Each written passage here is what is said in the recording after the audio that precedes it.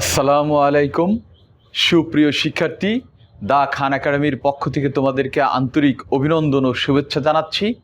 আজকে আমরা ষষ্ঠ শ্রেণীর 4.1 পর্ব 8-এর সমাধান করব।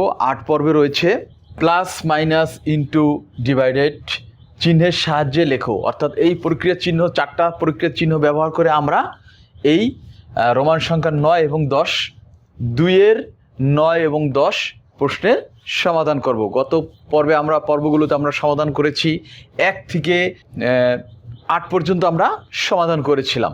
আজকে আমরা 9 থেকে 10-এর সমাধান করব। 9 নম্বর প্রশ্নে রয়েছে, দেখো এখানে দেখো যে পি কে কিউ দ্বারা গুণ করে প্রাপ্ত গুণফলের সাথে আর যোগ। পি কে কিউ দ্বারা গুণ করে এই দুটা গুণ করতে হবে, তারপরে প্রাপ্ত গুণফলের সাথে আর কে যোগ করে দিতে হবে। তাহলে আমরা সমাধান করি। সমাধান পি কে কিউ দ্বারা গুণ, তাহলে আমরা পি কে কিউ দ্বারা গুণ করব। তাহলে পি কে কিউ দ্বারা গুণ হলো পি কে কিউ দ্বারা গুণ হলো পি কিউ। পি কে কিউ দ্বারা গুণ হলো পি কিউ। দেখো আমরা সরাসরি গুণ করে দিছি, এটাকে কিন্তু আরও অন্যভাবে লেখা যায়। দেখো পি ইন্টি কিউ এটাও লেখা যায়। তা আমরা গুণের যে 3টা পদ্ধতি লিখেছিলাম এটাকে এইভাবে লিখলেও হবে, এটা গুণ অবস্থা আছে। এটাও এখন এটাকে গুণ করার পরে এইভাবে আমরা লিখবো পি কিউ। সরাসরি আমরা গুণ করে দিছি একবারে, এটা গুণ অবস্থা আছে, এটাও গুণ অবস্থা আছে, এটাও গুণ অবস্থা আছে। আবার যদি পি ইন্টি কিউ লিখি এটাও কিন্তু গুণ অবস্থা আছে, তাই যে কোনো একটা লিখলেই হয়। আমরা সরাসরি পি কিউ লিখে দিলাম। ওকে, পি কে কিউ দ্বারা গুণ হলো পি কিউ, এবার আমরা পেয়ে গেলাম। তাই এরপরে বলছে প্রাপ্ত গুণফলের সাথে আর যোগ। প্রাপ্ত গুণফলের সাথে আর যোগ, তাহলে আমরা এখন লিখব প্রাপ্ত গুণফলের সাথে আর যোগ। তাহলে এটা কিভাবে লাগবে? প্রাপ্ত গুণফল আমরা পেলাম পি কিউ পেলাম, তাহলে প্রাপ্ত গুণফলের সাথে আর যোগ প্লাস আর, এই তো এটা হয়ে গেল। তাহলে আমরা কি লিখবো? অতএব নির্ণয় যোগ, তাহলে নির্ণয় যোগ কি পেলাম আমরা?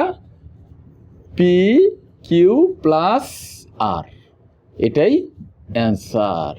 তাহলে তোমরা বুঝতে পেরেছো, আশা করা যায় তোমরা আরও যদি বারবার টেনে টেনে দেখো তাহলে তোমাদের কাছে আরও ইজি মনে হবে।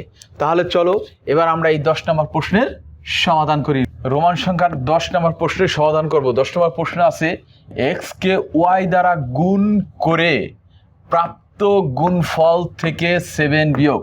এক্স কে ওয়াই দ্বারা গুণ করতে বলছে, তাহলে এখানে আমাদের প্রথম শর্ত হচ্ছে এক্স কে ওয়াই দ্বারা গুণ করতে হবে।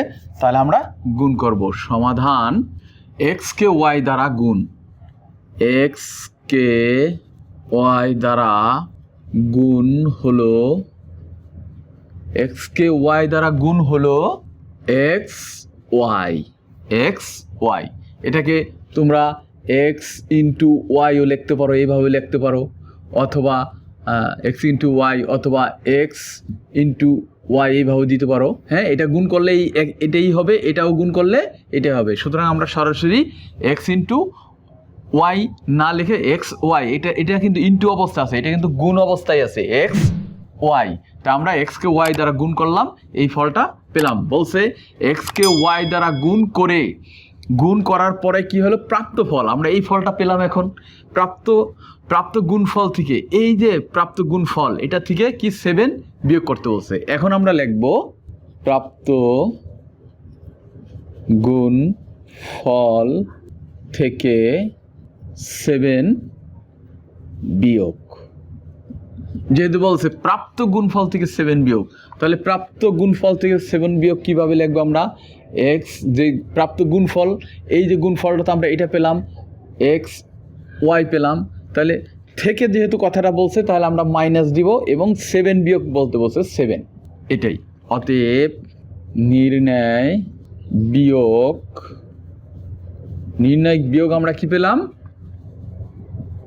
এক্স ওয়াই মাইনাস 7, এটাই অ্যান্সার। আশা করি তোমরা অত্যন্ত সহজভাবে বুঝতে পেরেছো। না বুঝলে এটাকে বারবার টেনে টেনে যদি বারবার তোমরা দেখো তাহলে তোমাদের কাছে এই অঙ্কগুলো খুব ইজি মনে হবে। তো সুপ্রিয় শিক্ষার্থীরা, আজকে এই পর্বের মাধ্যমে আমরা 2 নম্বর প্রশ্নের সমাধান শেষ করলাম।